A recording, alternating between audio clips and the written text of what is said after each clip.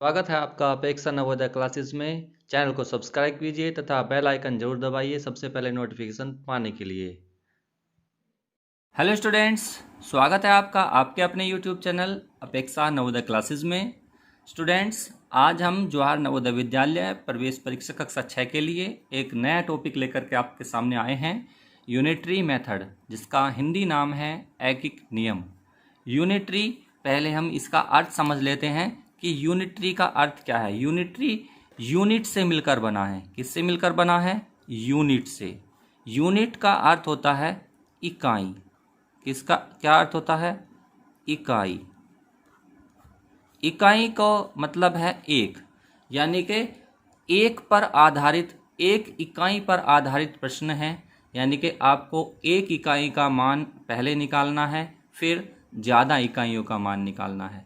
इसके लिए आप लेस एंड मोर कॉन्सेप्ट का यूज़ करेंगे। लेस, यदि आपको लगता है कि आपका मान पहले से लेस आना है तो आप डिवाइड करेंगे, और यदि आपको लगता है आपका मान पहले से ज़्यादा आ रहा है यानी कि मोर आ रहा है तो आपको डिवाइड मल्टीप्लाई करना होगा। ठीक है, लेस के लिए डिवाइड करेंगे और मोर के लिए आप मल्टीप्लाई करेंगे। ठीक है, यूनिटरी मेथड में दो तरह के क्वेश्चंस आते हैं, दो टाइप्स के क्वेश्चन आते हैं। फर्स्ट टाइप होता है डायरेक्ट रेशो और दूसरा होता है इनडायरेक्ट रेशो। ठीक है, यानी कि सीधा अनुपात और उल्टा अनुपात। ठीक है, सीधा अनुपात और उल्टा अनुपात। हम सीधा अनुपात और उल्टा अनुपात को कैसे समझें, किस तरह से जानें कहाँ सीधा अनुपात लगेगा और कहाँ उल्टा अनुपात लगेगा, तो उसको समझने के लिए मैं आपके सामने दो उदाहरण पेश कर रहा हूँ, तो आपके अच्छे से समझ में आएगा कि सीधा अनुपात क्या है और उल्टा अनुपात क्या है। तो स्टूडेंट्स, उदाहरण है, उदाहरण नंबर 1, 5 किलोग्राम आलू का दाम 60 रुपये है, तो 8 किलोग्राम आलू का दाम बताओ। दूसरा उदाहरण है, 4 व्यक्ति किसी कार्य को 12 दिनों में पूरा कर सकते हैं, 6 व्यक्ति उसी कार्य को कितने दिनों में पूरा करेंगे। ठीक है, तो समझते हैं कि कौन से क्वेश्चंस में सीधा अनुपात है और कौन से क्वेश्चन में उल्टा अनुपात है। ठीक है स्टूडेंट्स, देखिए 5 किलोग्राम आलू के लिए आपको देना होता है 60 रुपये। स्टूडेंट्स, आप 5 किलोग्राम के लिए 60 रुपये देते हैं, तो 8 किलोग्राम के लिए कितने रुपए देंगे? पहले से ज़्यादा रुपए देंगे या पहले से कम रुपए देंगे? बताइए मुझे अपना जवाब। पहले से ज़्यादा रुपए देंगे या पहले से कम रुपए देंगे? तो आपका आंसर यही होगा कि आप पहले से ज़्यादा रुपए देंगे। तो आपने देखा कि यदि आप आलू की मात्रा को बढ़ाते हैं, 5 किलोग्राम से 8 किलोग्राम करते हैं, तो आपको रुपए भी ज़्यादा ही देने होते हैं। यदि आप 5 किलोग्राम से कम आलू के लिए दाम निकालना हो तो आप पहले से कम दाम देंगे, यानी कि आपको पहले से कम रुपए देने होंगे। तो अब इस बात से हम ये समझ पाते हैं कि यदि हम आलू की मात्रा को बढ़ाते हैं तो हमारे दाम भी बढ़ जाएगा, हमारे रुपए भी बढ़ जाएंगे। यदि हम आलू की मात्रा को कम करते हैं तो हमारा दाम भी कम हो जाएगा, हमारे रुपए भी कम देने होंगे। तो जब दोनों ही बातों में दोनों ही चीज़ें समान रूप से घट रही हों और समान रूप से बढ़ रही हों, यानी कि दोनों साइड्स, यदि हम आलू घटाते हैं तो दाम भी घटते हैं, आलू बढ़ाते हैं तो दाम भी बढ़ते हैं। यदि इस तरह का आपको अनुपात दिखाई पड़ता है किसी क्वेश्चन में, तो उस क्वेश्चन में होता है सीधा अनुपात। क्या होता है? सीधा अनुपात। और यदि किसी क्वेश्चन में आपको क्वेश्चन नंबर 2 की तरह से दिखाई देता है तो दोस्त वो होगा उल्टा अनुपात। कैसा अनुपात होगा उल्टा, उसके लिए भी हम ये उदाहरण है समझ लेते हैं। देखिए, 4 व्यक्ति किसी कार्य को 12 दिनों में पूरा कर सकते हैं। देखिए, 4 व्यक्ति कर रहे हैं कितने दिनों में? 12 दिनों में। तो 6 व्यक्ति उसी कार्य को कितने दिनों में पूरा करेंगे।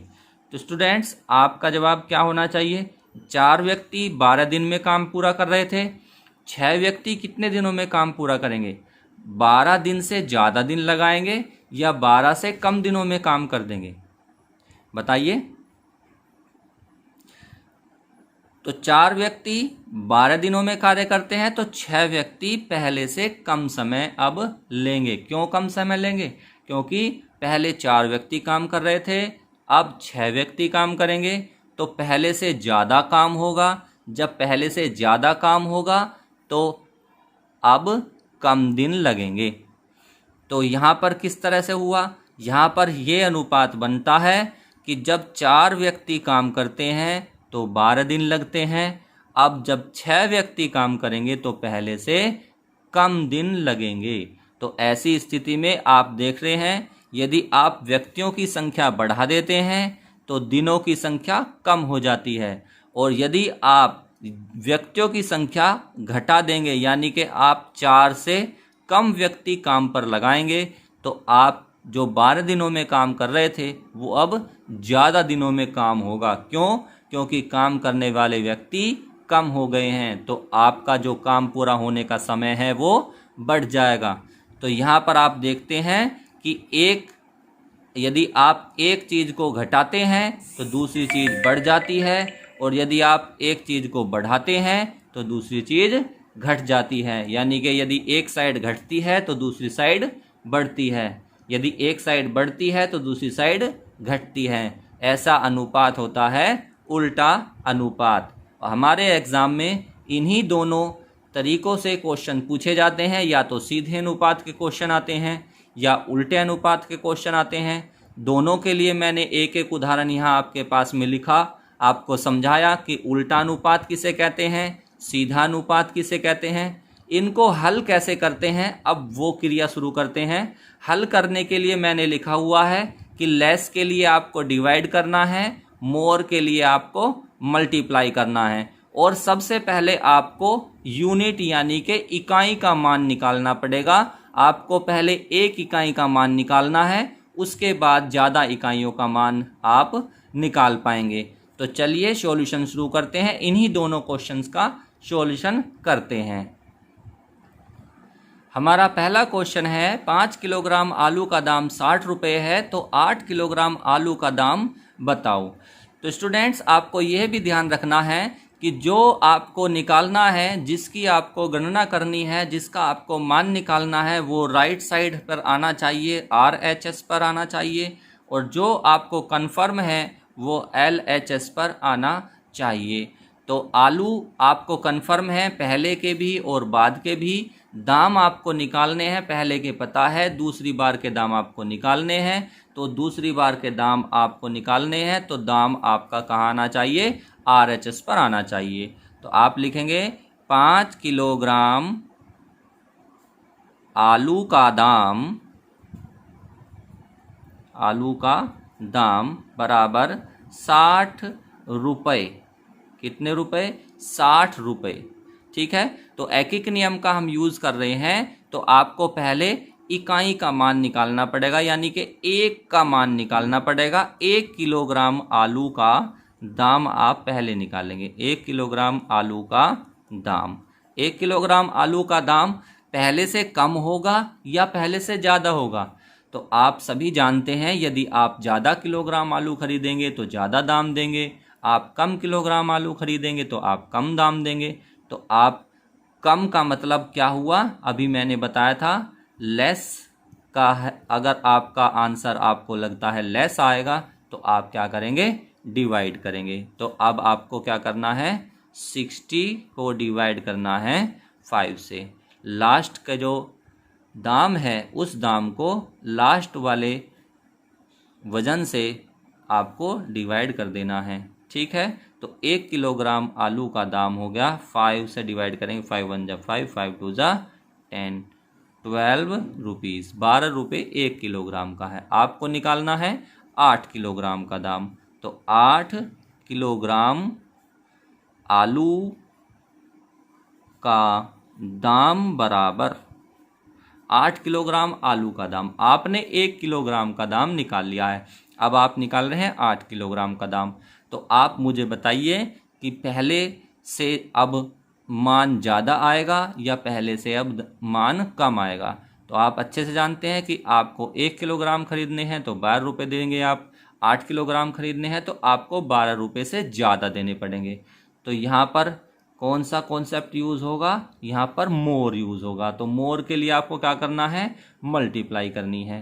तो आपको 12 को मल्टीप्लाई कर देना है 8 से। 1 का 12 है तो 8 का कितना हो जाएगा, 12 अट्ठे 96। तो 96 रुपये का आपका 8 किलोग्राम आलू होगा। तो इस तरह से हमारा सॉल्यूशन हो जाता है 5 किलोग्राम 60 रुपये के और 8 किलोग्राम 96 रुपये के। ठीक है स्टूडेंट्स, आपको ये ध्यान रखना है, यदि आपको लगता है आंसर आपका लेस आएगा तो आप डिवाइड करेंगे, यदि आपको लगता है आपका आंसर मोर आ रहा है तो आप किसको करेंगे, मल्टीप्लाई का यूज़ करेंगे। लेस के लिए डिवाइड करते हैं, मोर के लिए मल्टीप्लाई करते हैं। यह था सीधा अनुपात का उदाहरण हमारा कि 5 किलोग्राम आलू का दाम 60 रुपये, तो 8 किलोग्राम आलू का दाम क्या होगा। तो 5 किलोग्राम का दाम 60 रुपये है तो 8 किलोग्राम का दाम 96 रुपये होगा। अगला उदाहरण चलते हैं, उदाहरण नंबर 2 पर।